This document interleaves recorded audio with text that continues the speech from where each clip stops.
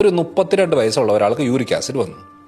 ഈ വ്യക്തിക്ക് യൂറിക് ആസിഡിന്റെ വേദന ബുദ്ധിമുട്ട് വന്നപ്പം ചെക്ക് ചെയ്ത് നോക്കിയപ്പോൾ യൂറിക് ആസിഡ് കൂടി. അപ്പോൾ ഡോക്ടർ പറയാണ് ഇനി ഇത് പാടില്ല, അത് പാടില്ല, അത് പാടില്ല.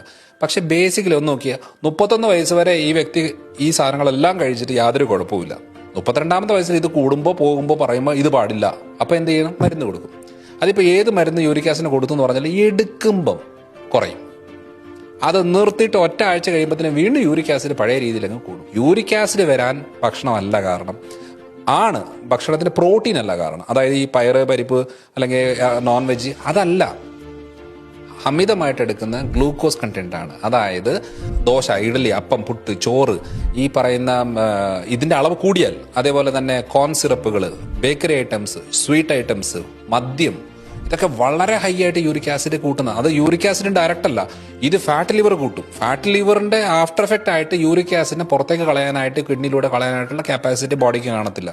അങ്ങനെയാണ് ഇത് ഉണ്ടാകുന്നത്. അതുകൊണ്ടാണ് ഞാൻ എപ്പോഴും എൻ്റെ ക്ലിനിക്കൽ പ്രാക്ടീസ് ഞാൻ പറയുന്നത്, നിങ്ങൾ ഇറച്ചി, മീൻ, മുട്ട കഴിക്കുക, എന്നിട്ട് ഗുളികയും കൂടെ കഴിക്കുക, യൂറിക് ആസിഡ് ഗുളിക കഴിക്കുക, എന്നിട്ട് മറ്റ് സാധനങ്ങളെല്ലാം കട്ട് ചെയ്തിട്ട് വെയിറ്റ് കുറച്ച് ഫാറ്റ് ലിവറും കുറച്ചേച്ച് എല്ലാം ക്ലിയർ ആക്കി കഴിഞ്ഞിട്ട് പിന്നെ യൂറിക് ആസിഡ് മെഡിസിൻ സ്റ്റോപ്പ് ചെയ്തു, പിന്നെ എല്ലാം കഴിക്കാൻ നോർമലായിട്ട്. ഇതിപ്പോൾ എന്നാന്ന് വെച്ചാൽ ഇത് കഴിക്കാൻ പാടില്ലെന്ന് മാറ്റി വെച്ചേച്ച് ശരിക്കും പറഞ്ഞാൽ ഈ ഇഷ്ടമുള്ള ഒരു ഭക്ഷണവും കഴിക്കാൻ പറ്റത്തില്ല. സിമ്പിളായിട്ട് ശരിയാക്കാനുള്ള കാര്യമേ ഉള്ളൂ യൂറിക് ആസിഡ്. പക്ഷെ അത് ഏറ്റവും കോംപ്ലിക്കേറ്റഡ് ആണ്. രക്തക്കുഴലിൽ ബ്ലോക്ക് ഉണ്ടാക്കും, ജോയിൻസിൻ്റെ അവിടെ ഡെപ്പോസിറ്റ് ആവും, ഇങ്ങനെ ഉരുണ്ട് തടിച്ച് വരുന്ന രീതിയിലേക്ക് വരും, കിതപ്പുണ്ടാകും, ഉദാഹരണ പ്രശ്നങ്ങൾ തുടങ്ങും. പല രീതിയിൽ പ്രശ്നമാണ് യൂറിക് ആസിഡ് ഉണ്ടാകുന്നത്. അത് നിസ്സാര സംഭവമല്ല. നമ്മളാകെ വേദനയുടെ മാത്രമേ മൈൻഡ് ചെയ്യത്തുള്ളൂ. അതുകൊണ്ട് ഫാറ്റ് ലിവറാണ് കൾപ്രിറ്റ്, കാർബോഹൈഡ്രേറ്റ് ആണ് കൾപ്രിറ്റ്, അല്ലാതെ പാവം ഇറച്ചി, മീനും, മുട്ടയൊന്നും അല്ല.